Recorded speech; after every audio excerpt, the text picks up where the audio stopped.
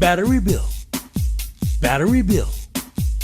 For cameras, computers, cars, or scooters. For trucks, boats, jet skis, remotes. Battery Bill.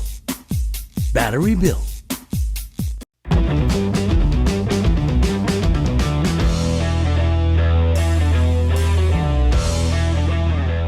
All right, how's it going, everybody? It is episode 66 here on Hawaii Football Now. Jordan Helly, Hunter Hughes back with you for another episode. It is the season-ending episode, not for us. Our season never ends on Hawaii Football Now. We're here every week, folks, although kind of hoping maybe to a quieter offseason than we had last year in our first offseason on the pod, but a season ender for the University of Hawaii football team, a loss on the road at San José State. We'll get into that here in just a second. First off, a big mahalo to our sponsors, Spectrum Mobile, Hawaii USA Federal Credit Union, and Battery Bill. We record this Tuesday, 7 a.m. Hawaii time. It's about 7:09 as we hit the record button, leading up to the release on Thursday, December 1st, our first episode of the new month, the final month of the year, as we're set to release this, as usual, Thursday of every week, about midday. Quick opening drive before we get into the University of Hawaii talk. Did want to give a quick shout out, congratulations to the teams winning state football championships this past weekend over in Mililani, Kahuku on Friday night in the open division. Pretty dominant shutout victory over Punahou. You had Waimea in Division 2, another dominant win as the Kauai school from the west side of the Garden Isle winning their first ever state championship, defeating Kinke Kaulike. Kind of close at halftime and then ran away with it in the second half. And then the game of the weekend was Konawaina and Waipahu, which I think a lot of people kind of had figured as maybe the game of the weekend. And that was quite exciting. We saw some fireworks for all variety of reasons, but congratulations to Kona as they win their first state football championship in school history, defeating Waipahu. What was that, 38-28 or something like that, after leading 28-7, I think, at one point. Kind of crazy there as they hold on for the 10-point victory. Congratulations to the Wildcats. So just wanted to give a quick shout out there. And I think for a lot of Hawaii football fans, hoping to see some of the folks that took the field this weekend in Mililani for the state football championship games, maybe in the Hawaii green, black, and white down the road. John Kiave Sangapolutele, the quarterback for Punahou, of course, is a verbal commit. There are some other recruits that are maybe in play on the field. I think nobody more so than Tama'ui Liata, the dynamic do-everything player for Waipahu, who took over at quarterback after some injuries. He's a receiver, he's a returner, he's a defensive back, whatever you want him to do, he can go out there and do it. And then, of course, if you can keep some of those Kahuku kids home, you're doing well.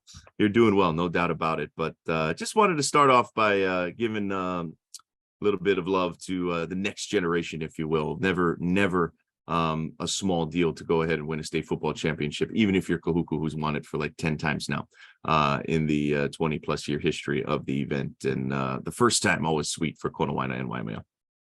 Yeah, totally. I was on the call a couple weeks back with our good friend Mark Veneri for Kahuku Campbell. That was the state semifinal game, and got a chance to see that Kahuku Red Raider defense. We were deep in Red Raider Nation, Jordan.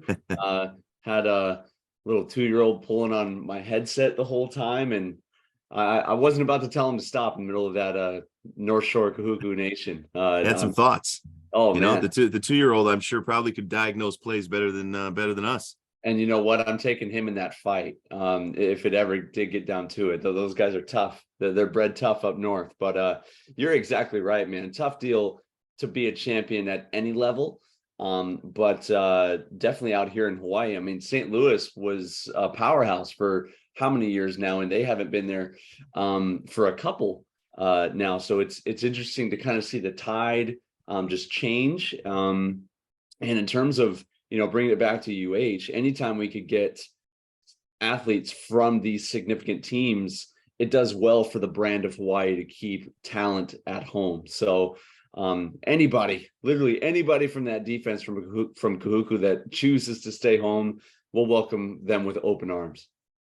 Yeah, let's hope that some of them decide that Hawaii is the place for them. That'd be pretty cool. All right. Before we get into the game time portion of our pod, I do want to remind everybody that Hawaii Football Now is brought to you by Hawaii USA Federal Credit Union. Originally opened in 1936 as a credit union for educators, Hawaii USA has inspired a culture of giving that is rooted in education and has since become Hawaii's largest credit union and expanded to other areas of community need that impact financial health, including healthcare, housing, and hunger. To learn more, please visit hawaiiusafcu.com. All right, the game time. San Jose State 27, Hawaii 14.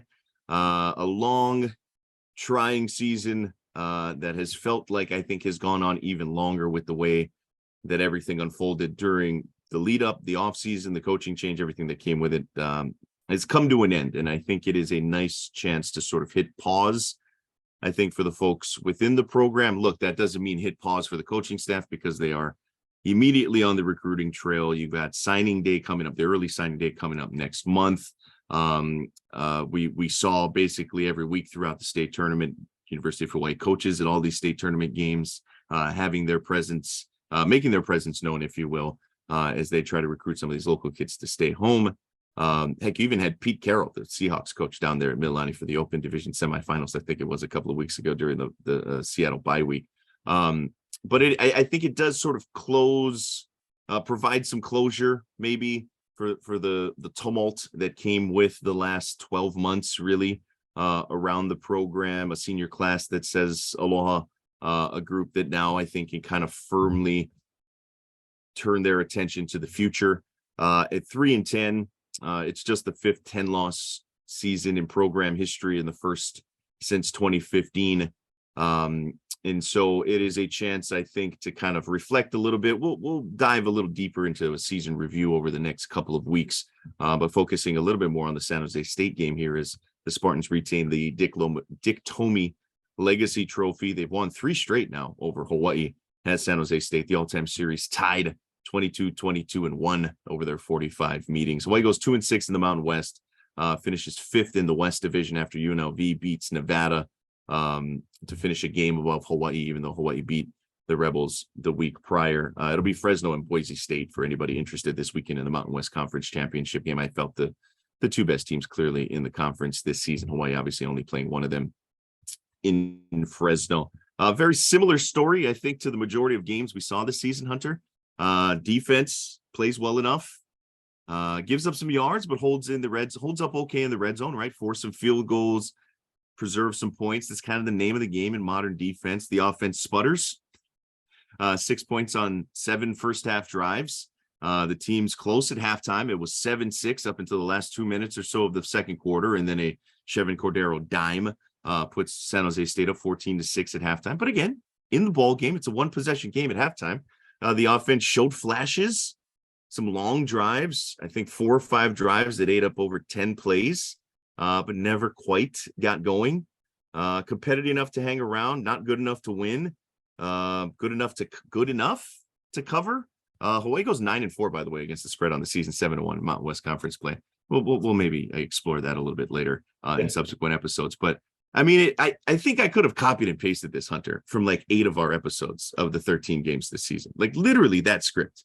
Yes. Defense good enough, offense not good enough, hanging in the ball game, showed a lot of fight, don't quit, just not quite, at the level it takes to consistently win football games at this level. Yeah. Offense was dismal the whole year, and we weren't much better this game against San Jose. I still, Jordan, unfortunately, don't feel like we had an identity all the way into week 13 of our season. Weren't really sure what we were doing out there.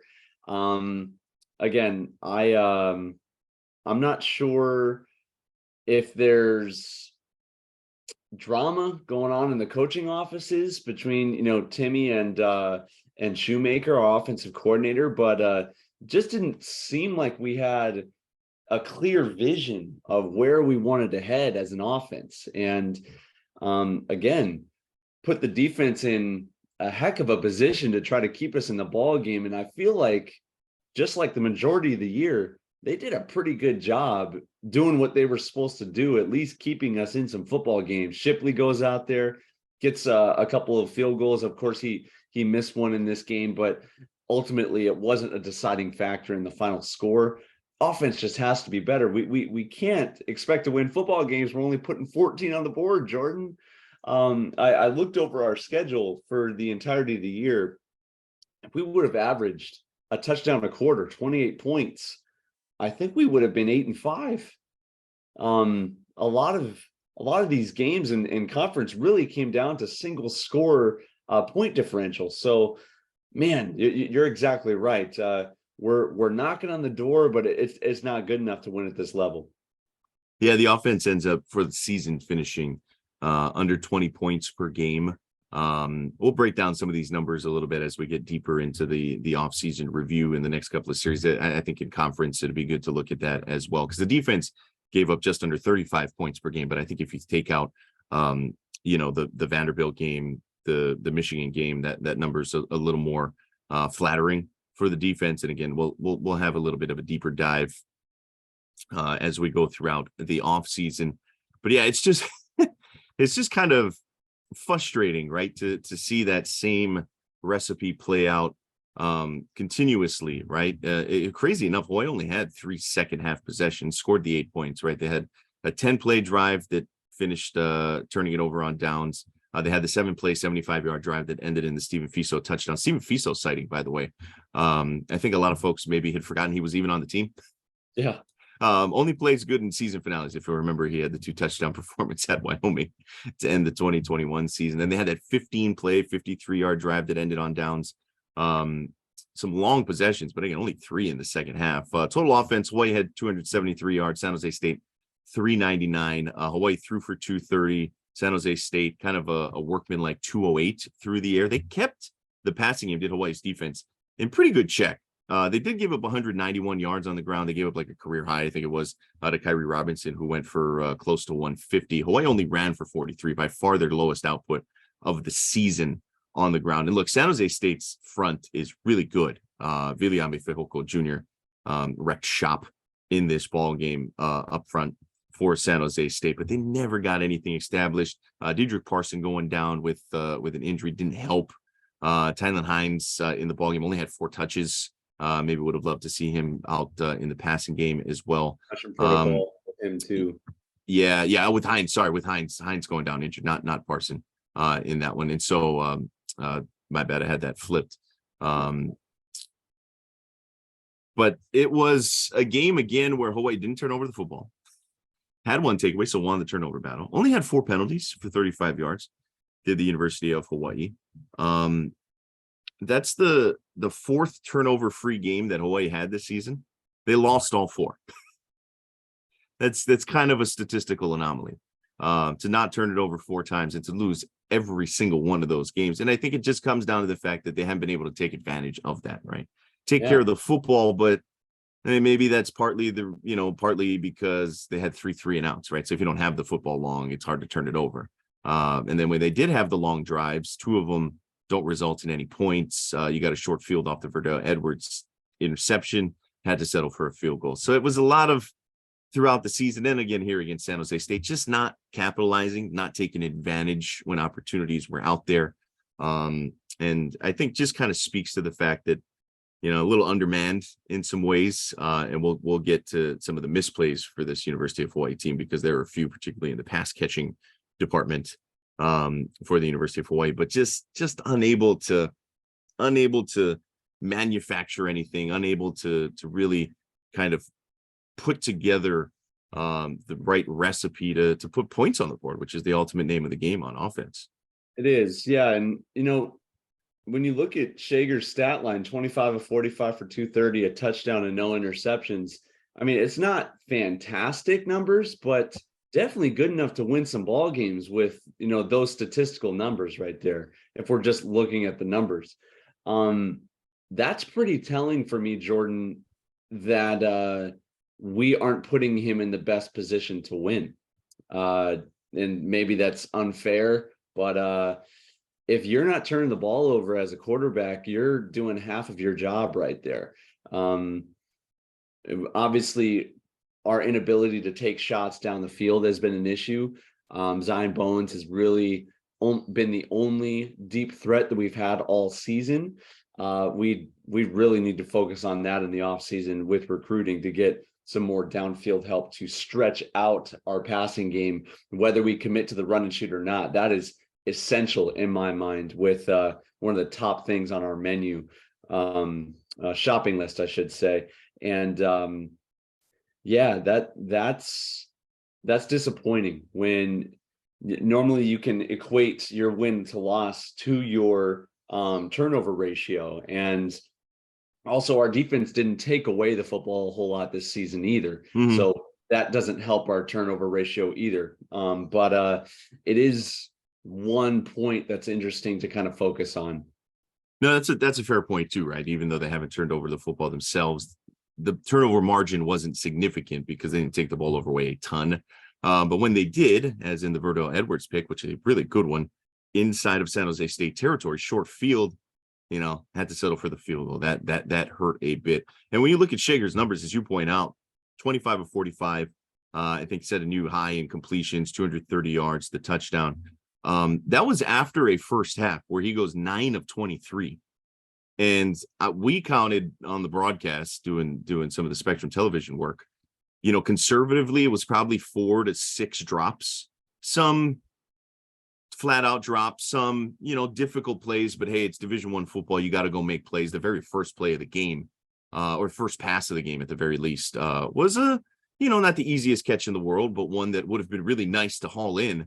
I think it was Mokiao Atimalala on that one. And there were a few others like that where, Shager's putting the ball in spots, but guys aren't coming down with plays. And so when you look at that first half performance, he goes 16 of 22 in the second half, does Shager. That's pretty darn good. And again, there were, I think, 1 or 2 drops in the second half as well. And so if you just cut those drops in half, ideally you'd cut that number way down. But even if you cut it in half, I mean, his numbers, he's up above 30 completions. He's probably throwing for close to 275, 300 yards on some of these. They're a little further downfield.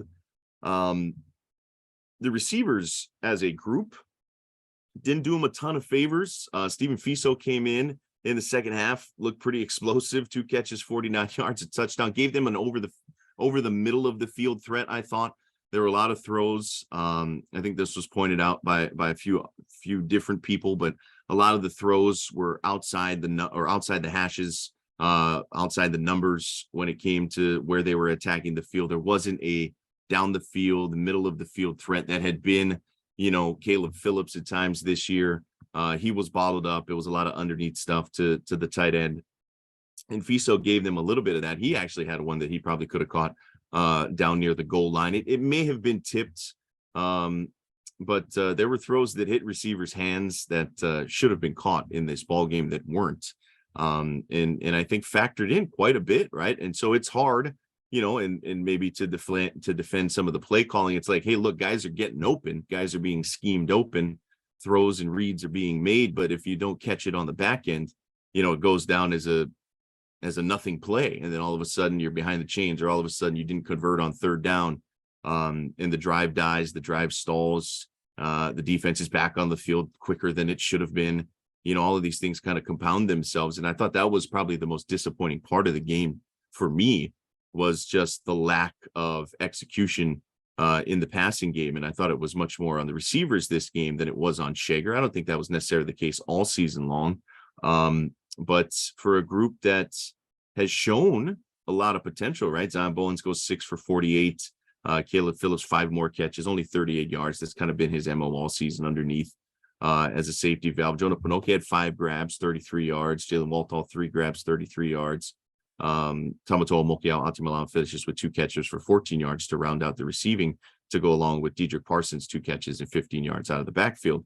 But it just, it's hard to get into rhythm. It's hard to get anything going if you're not catching the football, and maybe that's overly critical, but I thought that was the biggest glaring thing for this offense that has had different issues, I think, befall them all season long, right? Whether some games the offensive line didn't play up to the capability, not often, but there were a couple of games there. Some games where I think Shager looked not quite confident in what he and the offense was trying to do. Some games where, the passing game didn't get going. Some games like this one where the running game didn't get going at all. But But for me on Saturday, it was just, not nearly good enough from a receiving core.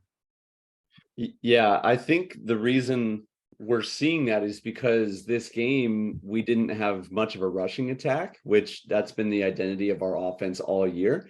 And whenever you don't have the rush to open up the pass, then you have to rely heavily on your pass.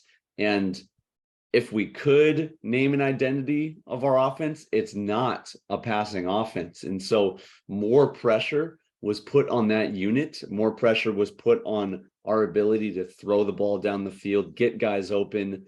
Well into this season, I was even noticing some of our receivers still lining up in just not competitive positions. I'll get into that just for a second, Jordan, if you don't mind. Oftentimes on outside routes, you don't want to line up outside the numbers. If you look on a field, you only have about 5-6 yards between the sideline and the bottom of the numbers. You want to save yourself room to avoid the defender, and also to leave room for the quarterback to fit the ball in there on out breaking routes. And so if you line up outside of those numbers, you've got a very small window for you to get open and the ball to meet you in timing. And so I bring that up just with the fact that this group, to me, is one of the ones that needs the most help, needs the most coaching right now. And if we're going to be a force in the Mountain West, we have to get that group dialed moving forward. Yeah, I agree, right? And I think that's something that folks have been clamoring. I think that's something that we have desired on the pod, is to emphasize the passing game a little bit more. We saw it in the second half, particularly against UNLV, looked pretty good, right? Yep. And I think Braden Shiger has shown growth. I think he has shown development throughout the season, and that's what you wanted to see. And I think he is shown to be capable. And now they've got to pair that with, execution on the back end of things. Defensively for Hawaii, as we mentioned, kind of kept the Bows in the ball game for a while here, giving up just basically 14 points a half, which, in this day and age should be good enough. But again, Hawaii not able to quite keep pace. Some of the standouts, Logan Taylor, again, double-digit tackles, 13 tackles, 7 of them solo. He finishes with 85 total tackles. 6 straight game with 10 plus tackles. He actually led the team, so he finishes as the team leader for the season. What game was his official first game? I think he came in during the Nevada game. So yeah, like week 6. Yeah, I think it was basically about half the season. Unbelievable. Let's look back here at some of these box scores. But yeah, he was he was quite terrific, and he's coming back again next year. And I think he's got to be, right, a focal point. He's got to be one of the leaders of this team. Kind of already was, as one of the vocal guys even before he got a chance to really play full time. You got Meki Pei, who continues to play pretty darn well. He had 9 tackles, 1 for loss. Peter Monuma had 7 tackles. Blessman Ta'ala, career high, 60 plus games into his career, had 7 tackles, including 1 for loss. John Tui Tupou, the defensive lineman, had a sack, 3 tackles on the ball game. I think he ends as the team leader in sacks this season. Hugh Nelson had 6 tackles, and Verdell Edwards 4 tackles and the pick. Yeah, I think it was the Nevada game. That was the game Taylor had 5 tackles, and I want to say that's the game that unfortunately Isaiah Tufunga got hurt in. Because it was at home, right? Because San Diego State was the game before. So yeah, I'm pretty sure it was that one. It was, because San Diego State was on the road. Yeah, I remember it now. It happened kind of not too far from us, standing down on the sideline. So yeah, basically in 6 games for Logan Taylor. I think it's 7 games actually. 1, 2, 3, 4, 5, 6, 7. Yeah, 7 games, 6 as a starter for Logan Taylor. Ends up leading the team in tackles this season. Yeah, dude's a machine. Wow. That is significant right there. Especially when we had such high hopes for a couple other guys on this defense, namely Wyndon Hauli, the transfer from Nebraska. I don't know if did he officially get hurt? Yeah, I know he was injured at one point, Yeah, and I think, we've seen that with some of these guys, right? Whether it's Kwali Nishigai, I think Steven Fiso might fit into this category, but some guys that were either coming back from injury, picked up an injury, with the red shirt rule now, right? You can play in 4 games and still sure. count it as a red shirt year. I think that was strategically used for some guys. Nothing that was ever necessarily made public or acknowledged in terms of that's what they were doing. But I think that factored in pretty greatly with some of these guys. And Wyndon, who I'm trying to think back to the Nebraska year, might have used what it was, a red shirt then. So I'd have to look back. But I know that factored in for some guys. And Wyndon did pick up a knock throughout the season. Yeah, just when you look at what we could have had with Logan Taylor for the whole season, I mean, double those numbers. I mean, the dude is a tackling animal. It's encouraging looking ahead that, hey, we still have this guy. Yeah. Another guy, Peter Monuma, he didn't start at the beginning of the year, but comes in and is a force for us in our secondary. And he's only a redshirt freshman. So we've got years with some of these guys still in front of us. So I think those guys are kind of our bright point moving ahead right now, and one that we can kind of hope to build some momentum off of and create a more rounded defense. Yeah, I'm with you there. I think, for a group that showed the ability to adjust, right? I think we saw some improvements from early in the season where they were kind of getting run all over, fix that a little bit. Had it maybe digress at different times. It wasn't a completely linear climb for this group, but we've seen the ability that they can keep this team in games. They got to get better at taking the football away. That would take a ton of pressure off. No doubt about it. On the flip side of the coin, Chevin Cordero goes 17 of 26 for 208 yards, 2 touchdowns, and an interception in the highly touted reunion with his old program. Kyrie Robinson, we mentioned already, went for a touchdown and 148 yards on 24 carries.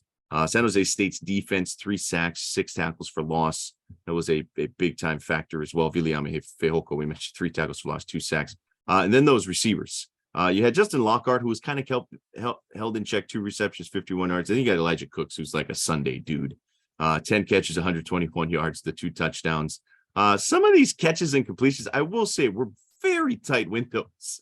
And you got to tip your cap to Cooks, and you got to tip your cap to Chevin Cordero as well. But there was some pretty good coverage. One down the sideline, even the 2 touchdowns that Cooks caught. One was a back shoulder fade. That's, it's pretty good coverage. You throw a perfect back shoulder fade ball down the goal line. I don't know what more a DB can do there. And then all of a sudden, you hit the back shoulder fade. So the DB's got to respect that. So you drop one over the top in the corner of the end zone on a fade ball. And it's like, okay, you hit me short, hit me long. Cooks is just that dude's a stud, man. Yeah. No, that's I think that guy's got a chance at the next level. And if there's anything we know about quarterbacks from St. Louis, especially the good ones, they know how to place the football halfway decently. So yeah. It's a little bit of what could have been if Chevin chose to stay, along with all those other guys. I'm not going to get into that same old song and dance we've sung so many times on this podcast. But yeah, Chevin's a gifted athlete, definitely gifted thrower. I'm glad we got a pick off of him, though. I'm not going to lie. I'm at least one for the boys, just to each other, some fist bumps on the sideline, like, hey, we got him a little bit, obviously there's nothing but love there for Chevin. I even messaged him yesterday, just encouraging him that, I mean, the guy's probably going to wind up being the offensive player of the year for the Mountain West. I think he's put up enough of a portfolio of work this season to be in that conversation, and they might even give it to him. So, yeah, I'm happy for him, but it's, at least we have something for our long lost brother that went away, the prodigal son. Yeah, and that's something significant, because he had only thrown 3 or 4 interceptions coming into the ball game. Like, he'd done a really good job of taking care of the football, had Cordero. So not too many guys have gotten him this year, and Fredo Edwards was able to do so. Just some recapping numbers, not encouraging, but just kind of putting a bow on the season. Hawaii goes winless on the road this season, 0-6, obviously, for those coming in Mountain West play. Last time Hawaii went winless on the road was in 2015. That was the last 10 year. That was the last 10-loss season as well for the University of Hawaii. These numbers, I think, are surprising, yet maybe not surprising really when you think about it. But Hawaii, since they joined the Mountain West in conference, is now 28-60, 318 winning percentage all time in the Mountain West, including 12-30 on the road. And since the conference moved to 2 divisions in 2013, which again, they're moving away from divisions after this season. So from 2013 to 2022, Hawaii 16-29 against the West of the Mountain West division. It hasn't been that good. And that's something that I think even I tend to forget how long we've been in the conference now, right? It's been over a decade.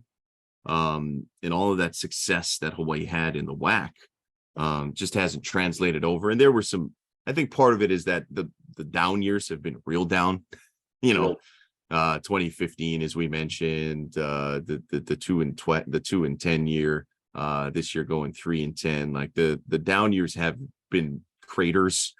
And so those sort of tend to add up, but yeah, Hawaii's just got to be better when you look at it. So, not to drag this down any further by bringing that up, I just thought it was kind of interesting to point out,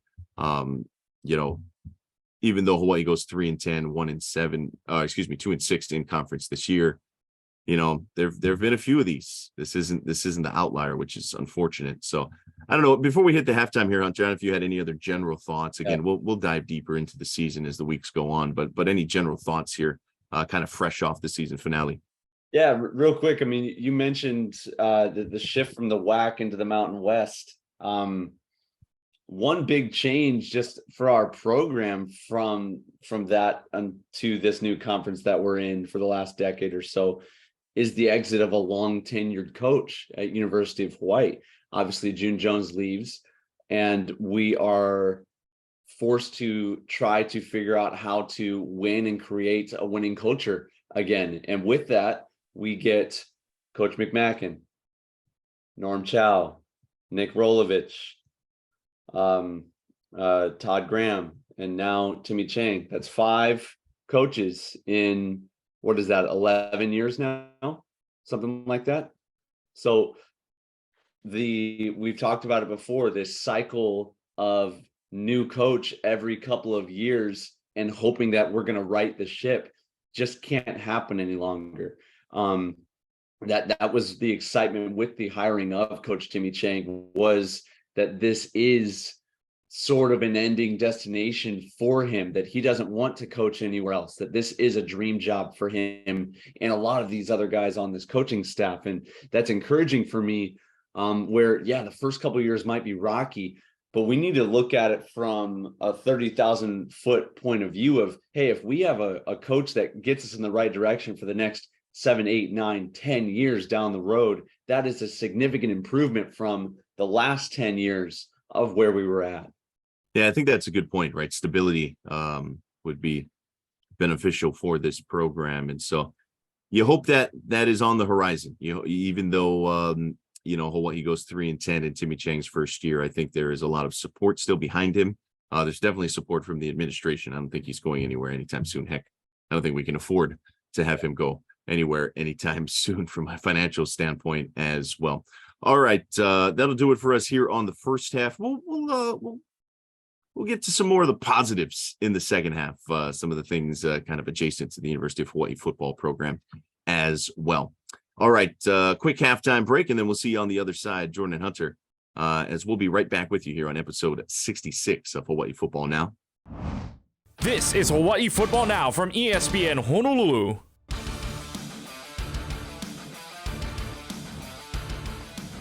All right, second halftime here on HFN. Jordan and Hunter back with you. Looking ahead, Hunter, some checkpoint dates as we move throughout the offseason. The early signing day period begins December 21st. we know for a fact that this coaching staff has been, hitting the recruiting trail hard throughout the season, and now they kick it into overdrive, right? The season is done. You're not game planning for anybody. There's no bowl game to prepare for. So it is all out when it comes to recruiting. Timmy Chang tweeted out like a gif of a guy reeling in a fish to kind of signal that, hey, they're after it. The traditional signing day is February 1st. So if, guys don't sign necessarily right there in the end of December period. So that comes up quick, right? We released this on December 1st. And so 3 weeks later that we're going to have that early signing day. We'll see who signs. Remember, Hawaii got some of those guys last year that proved to be big time contributors this season as well. Transfer portal, been trying to kind of keep an eye on it. It is vast. And as far as I can tell, nobody yet from the University of Hawaii. I'm sure there will be, that's just the nature of things. I don't think that, if there's 7 starters and 10 plus guys like there were last year, alarm bells. Don't get me wrong. We'll be here on the pod to talk about that. But if there's a couple, guys that maybe you're looking for different opportunities that didn't play much this year, that's kind of par for the course. On the other way coming in, hopefully Hawaii can go find some of these guys as well. But as last check, again, we record this it's 7:44 a.m. now, Hawaii time on Tuesday. I haven't seen anybody, and I apologize if I've missed anybody or that pops up before we release this on a Thursday. But we'll keep you updated as we learn more and bring that to our listeners' attention. And then before you know it, spring practice is around the corner.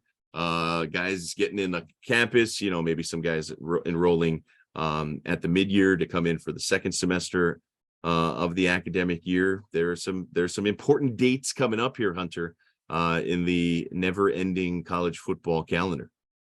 Yeah, and along with the obvious focus of recruiting, I'm very curious to see if Timmy's going to make this shift to the run and shoot. And if not, then just make a commitment to an offensive scheme, because that's going to need to be part of their pitch to recruits in this offseason is, well, why would I want to come to University of Hawaii? What sort of a scheme am I going to play under? What can I expect? That in my mind is number one in their mind of what they're communicating to recruits and the type of players they're going after. So that needs to be figured out now. Now, as we record this, 7:46 a.m. on Tuesday, November 29th, now has to be figured out. So, yeah, I know that might feel a little bit dramatic, but no, that is huge, especially when there's been even some rumors, not just at University of Hawaii, but nationwide, of moving up spring camps all the way to February. Jordan, there's a rumor out there right now that we might make a significant change in the college football calendar from a typical end of March, early April kind of typical time for teams to run spring camp, all the way up to February. Again, we're not going to report on that super heavy right now. It's kind of all just hearsay at this moment, but University of Hawaii might also partake in an early spring camp, which would change a whole lot of things up. And I can't help but wonder, Jordan, if that might have something to do with how prevalent the transfer portal is to the college football world now. Yeah, that's what I would imagine, right? I think some of these calendar changes likely a response to the transfer portal, whether that's trying to stem the tide initially after the season, or, if you finish spring practice up a little bit earlier, then guys can find a new home sooner in the off season, perhaps, right? And I do think that there were some new parameters put on things by the NCAA, right? Like transfer windows as opposed to just a revolving transfer portal. And we can check on that a little bit and trying to define things a little bit better, trying to put a little more structure on the free-for-all that has been the transfer portal. So yeah, that'll be kind of interesting for the University of Hawaii if spring practice moves up a little bit as well. Just more for us to talk about, perhaps, here through the offseason on Hawaii football. Now, Non-conference schedule next year, fun one to look forward to. Of course, at Vanderbilt to start the year. You've also got a road trip to Eugene to take on Oregon. We got those guys. We're going to handle them. Yeah. So I think if you can pull off something like Oregon State did and just run the football down their throats, the Ducks did in the game this past weekend, you might have a shot. Home games against Albany, New Mexico State, and Stanford, right? The first Pac-12 school, second Power 5 school to perhaps play on the turf at Ching Field after Vanderbilt. We only welcome in schools that score like 1,600 on their SATs or whatever the score is out of now. Only Vanderbilt. The best and the brightest. Only the best and the brightest.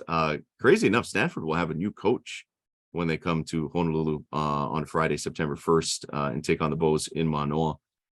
David Shaw stepping down after over a decade in charge of that program. And I think surprising a lot of people. They haven't been very good the last couple of seasons. And Shaw kind of seemed like a guy who would step away if he felt like, hey, now's the time. And kudos to him. What an incredible job he did there, taking over after Jim Harbaugh and kind of keeping that thing going and having a lot of success on the farm. But stepping down, UNLV will have a new coach also on Hawaii's schedule next year, even though they go away from the divisional setup. Marcus Arroyo reportedly out in Vegas after a 5-7 year, by far his best season. He'd won like 3 games coming into the season his first 2 years.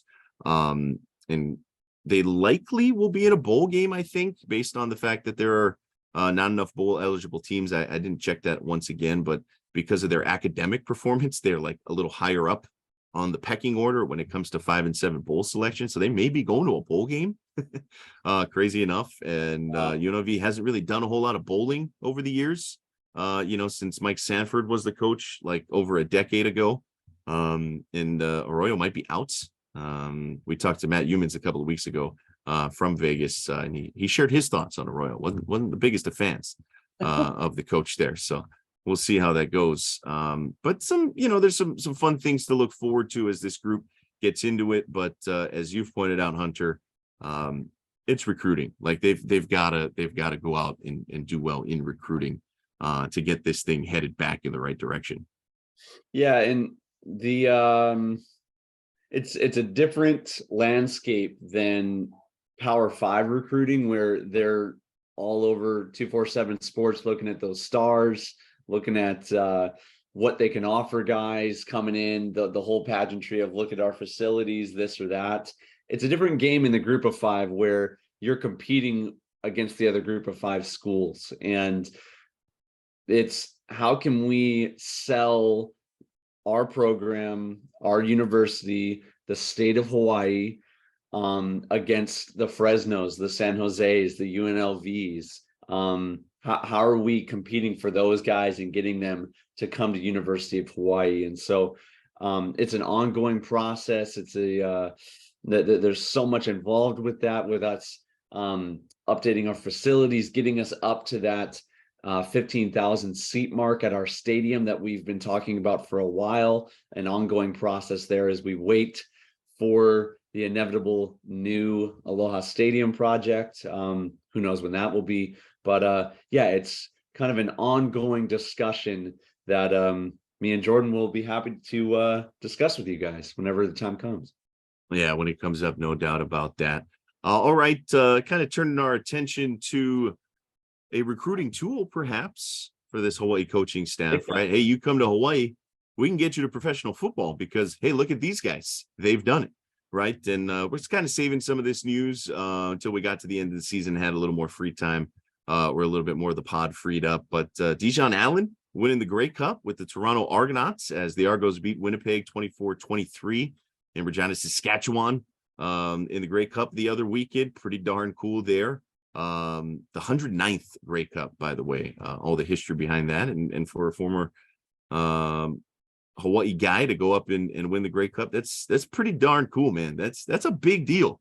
And we've had a number of guys go up there and have a lot of success. Solomon Elamimian during his time in BC with the Lions, a rare defensive player to win the MVP up in the CFL. It's 2 years now. That's 2 years in a row now that we've had Hawaii football players on the winning teams of the Grey Cup. Drew Brown and Tui Eli were actually on Winnipeg. Winnipeg, the previous year. Yeah, the Blue Bombers had come in winning 2 straight Grey Cups. Yeah. Of course, Chad Owens, all his years in Toronto and a couple of other stops later in his career as well. Another CFL MVP that has come out of the University of Hawaii. So yeah, pretty cool as you point out, 2 years now that Hawaii alums, former Bows, winning the Grey Cup. South of the border, not much further south, in Foxborough, Patriots. This just getting reported earlier today. Jelani Tavai has agreed to a 2-year, $4.4 million extension through 2024. He had himself a nice Thanksgiving Day game, making some plays out there for the Pats. Tavai has started 7 straight games on defense and is a big special teams contributor as well. He's got 38 tackles and a sack and a half this season. Belichick loved him coming out. Matt Patricia liked him. Patricia's now back in New England. So obviously he's got a couple of guys. And, I think Jelani just fits what New England does. Like they're a little old school. Belichick is a little old school where he wants his linebackers to be in the box run stuffers for the middle linebacker position, where other teams have really gone the modern route of, hey, we need guys that can run, guys that can cover, the Roquan Smiths of the world. But I think Tavai is a perfect fit and a perfect match for the Patriots. And they seem to agree, giving him a 2-year extension. Yeah. And it's ironic. I was actually FaceTiming with him the night before that they agreed to this. Him and his agent actually refused the first contract offer from the Patriots. He said that's just the nature of the beast. They offer you low, you refuse it, and then try to get a little bit higher. So I'm glad that, at least for my boy, that they agreed to a number. But yeah, he was saying that his relationship with Bill is actually a really good one. Says the guy's actually really funny, that we only see half of it with what they show on the media, with him being kind of a grump, that he's actually a really sweet guy behind the scenes. I'm stoked that he found another home after being traded from Detroit, and it is fantastic for the brand of University of Hawaii for Thanksgiving Day whenever his head pops up and says Jelani Tavai, University of Hawaii. That is humongous for us. I am so happy for us, the brand, but also my friend having a good little career in the NFL now. Yeah, without a doubt, a big deal as one of the Hawaii guys out there. Marcus Kemp was getting some active roster, game day roster action as well. He's a captain on the Chiefs. Yeah, special teams standout in getting a little run on offense the other week as well. XFL, the draft was held a couple of weeks ago. Calvin Turner, the headliner there from the University of Hawaii, 2nd round pick, 14th overall by the San Antonio Brahmas as a running back, by the way, if interested in that. Cedric Bird, 24th overall pick by the Houston Roughnecks. Cortez Davis, 45th overall by the DC Defenders, defensive back. Bird, obviously, a lot of folks remember his time as a wide receiver standout for the University of Hawaii. Little time in the NFL as well. We mentioned Cortez Davis, Rojesterman Ferris, I should say. Ro Ferris goes 58th overall to the Seattle Sea Dragons. I gotta love these names out here. Cole Leval went a pick later to San Antonio, so he will be there with Calvin Turner. Cole, after some time, is he playing arena ball as well? With our guy, with J.R. Hensley. That's right. What a run that was. And then Cole McDonald, who had signed, what was it, like a futures contract or whatever they term it in the XFL, assigned to Houston. Yep. Yeah, assigned to Houston with the Roughnecks. John Estes, by the way, former University of Hawaii product, is the running backs coach with Houston. That means Cole and Bird are going to be playing together again, which is so fun. How cool is that, right? Yeah. You're gonna be he's gonna be throwing touchdowns to Cedric Bird, just like old times. Yeah, and then Leval and Calvin Turner will both be with San Antonio. Ro Ferris will be in Seattle. Kai Muki graduate, by the way, just kind of a side note here. Sama Pa'ama, folks will remember him. He was an all-state guy, signed with University of Washington, played a little bit there. medically retired, and I guess is getting back into football. And so Seattle took note. They have picked him up. That dude was a stud, man, defensive lineman. Also kicked in his time at Kamuki. And he will be in Seattle with Ro Ferris. And their offensive coordinator, I still believe, as listed, is June Jones. So that should be fun. San Antonio coached by Hines Ward, Houston by Wade Phillips, the DC Defenders by Reggie Barlow, where all the Hawaii guys are kind of spread out. Jim Haslett, I think, is the Sea Dragons coach, and June will be drawing up stuff in the dirt. I'm sure that would be pretty exciting to watch. But the XFL, I'm intrigued. The Rock's involved. You got some Hawaii guys here. I don't know of anybody who was at the McKinley tryout, other than like the former University of Hawaii guys. I don't know of anybody that made a roster, but keep the dream alive, folks. You never know. But this is cool because you've got 6 different Hawaii guys that should have a shot to go play weekly on national television. Yeah, it's a big deal. The NFL has needed some sort of a G League or minor system for a long time now. There's just too many solid guys that could fill a roster spot. I mean, we just talked about Jelani Tavai and Marcus Kemp having significant roles on NFL teams. All of these guys play at the same level as those guys. They just do. I was on the roster with these guys. I watched it happen day in and day out. It's cool that guys like The Rock are putting their name, their money in where their mouth is and giving these guys a chance, because the NFL is too big of a brand to not have a better cycle of players than just bringing in rookies every single year. I think they could be a little bit more dynamic in finding talent. So, and always happy for the boys to get a second chance at it. Yeah, it's going to be fun. And we'll keep our eye on any other guys making their name in the professional ranks. I'm sure there will be some guys that get a look from this year's group at the next level, whether it be the NFL or some of the other professional leagues, guys like Bless Mensala, right? Who I think will get a look because of his skill level and the fact that the dude just plays every single game, which is rare for that position. So that'll be cool to see. Getting into the comments here. Good to hear from our guy, Hunter. Al from VA is back. He's back. And I, for one, am happy for it. Gave props to the seniors, which I thought was really cool. Quite a ride for many of them. Al, one of those guys that still takes a little exception to the exodus last year, especially the guys that went in conference. Those sting a little bit more. Don't get me wrong. Cam Lockridge, who had a pick 6 against us for Fresno, and Chevin Cordero, who threw 2 touchdowns against the University of Hawaii. So I get it, Al. Those hurt a little bit more than seeing Day Hunter go off for Liberty.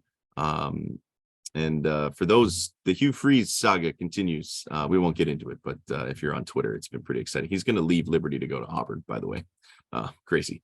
And then Al also asked, why was Stephen Fiesel the UH game MVP? I'm not sure if that was more of a rhetorical question or one directed at us. I don't know if Fiesel was named. I don't think he was named officially by the team or anything like that. But the dude did come in and have a big impact.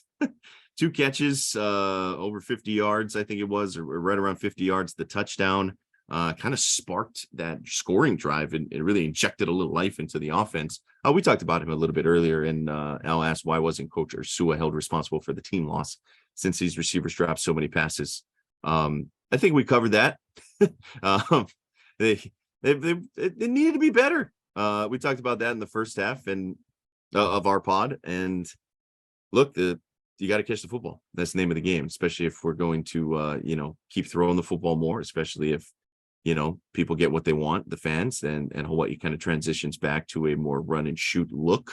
Got to catch the football. And I think, that to me was the biggest shortcoming of the ball game.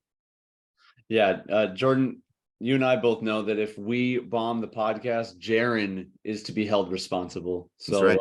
That's right. That's what I tell everybody. That's right. It's really not on us at all. It's on him. So in the same vein, I think it's just an ongoing process with each of our position groups. The position coach, let me let everyone know, is only responsible for putting people in the game. They don't actually help control those guys catch the ball anymore. But and he's had to play a lot of receivers. Boy, they've played a lot of receivers. Yeah. I think we don't have the number in front of us right now, but it's definitely close to 13 or 14 total receivers on the season that have at least run out there and tried to attempt to catch a ball for us. So it's an ongoing effort from the entire coaching staff, and we'll see what happens in the next year. Yeah, it should be something that we keep our eye on, because, if that is the selling point, as Hunter, you point out, with this offense, hey, you gotta go, recruit quarterbacks and receivers. That's the biggest thing, and offensive linemen. Don't get me wrong, but that might be the selling point, right? It's like, hey, you get to come out here. We're going to throw a lot of balls, and so you're going to get a lot of opportunities, and hopefully that can attract guys like Cedric Byrd and Cole McDonald, to come to the University of Hawaii, because they get a chance to play in a pretty darn fun offense. All right, that'll kind of do it for us. Big thanks again to everybody listening in. Big thanks to our guy coming up once again on the comments in Al from VA. We do all obviously appreciate everybody dropping us a line as well. Quick overtime here: San Diego State and Middle Tennessee named as the participants in the Easy Post Hawaii Bowl. That'll of course be on Christmas Eve at the Ching Complex. Never had one last year because of COVID. I'd imagine that this one will take place. There was hope that Chevin Cordero and San Jose State might have been the Mountain West representative in that game. Nonetheless, it is not. A little bit of a bummer there, but San Diego State, obviously with a number of Hawaii ties as well. Did want to remind everybody, but that the last call to coach with Timmy Chang and John Veneri is Wednesday night at Ruby Tuesday in Moanalua, 6 p.m. So you can catch some of that action. Obviously, we released this on Thursday, but that gets posted, recorded. You can catch that out. The replay will be up by the time our podcast goes live. And my last thing, Hunter, I met Jaren's dad over the weekend. We were doing the post-game shows, halftime shows for Spectrum Television at the Mililani High School parking lot area, because that's where our TV truck was for the state football championship games. So we were out in the elements, which actually wasn't that bad. I got a little sunburn, but maybe just put some sunscreen on next time. Note to self. But there's the great complex down there right on the lower part of campus for Mililani. They got the football field, the baseball field, the tennis court. So we're kind of in the middle of everything. Made for some cool outdoor shots. But Jaren's dad was umpiring a baseball game at the field. And I got a chance to meet him. So I would say, I can see where Jaren gets the coolness from, man. His dad got a talk story with him for a little bit and told him that Jaren's doing a great job out here. And he kind of just chuckled at that. So, maybe take that up with your dad, Jaren. Yeah, if Jaren's holding it down for us always on the pod, it's good to know that baseball games are being held down all across the state by his dad. So oh yeah, he runs a tight ship, I'm sure.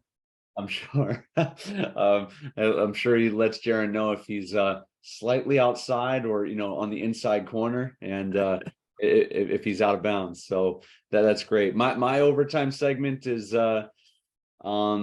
I think Aaron Rodgers is officially out at quarterback for the Green Bay Packers. It might be time, huh? It might be time. And as a Bears fan, you share this segment with me, Jordan. Nothing makes me happier than every week they show that graphic of percentage of Packers making the playoffs. It's dwindled all the way down to 2% right now. Yeah, they're not going, right? They've got as many wins as the Lions.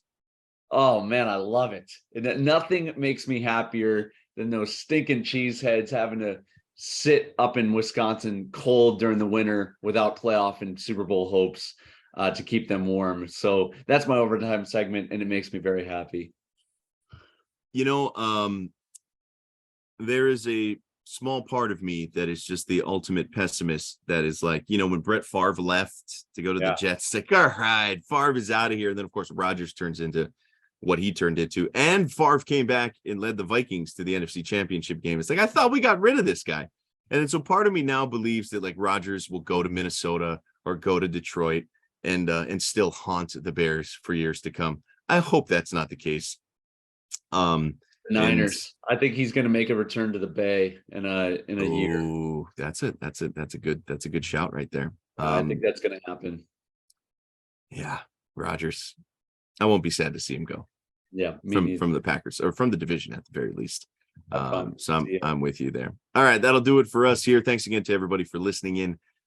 Thanks to our sponsor, Spectrum Mobile, Hawaii USA, Federal Credit Union, and Battery Bill. And a big shout out to our guy, Jaron Kobashikawa, on the controls every week, keeping us on the air and, keeping us out of trouble. So that'll do it for us. Have a great first weekend of December. Thanks for sticking with us throughout the season as Hawaii wraps up the 2022 year. And we got a whole lot to get to in the offseason. That'll start next week, as we'll be back with you next week, Thursday, and every Thursday from here on out on Hawaii Football Now. Aloha. You've been listening to Hawaii Football Now with Jordan Helly and Hunter Hughes, all from ESPN Honolulu.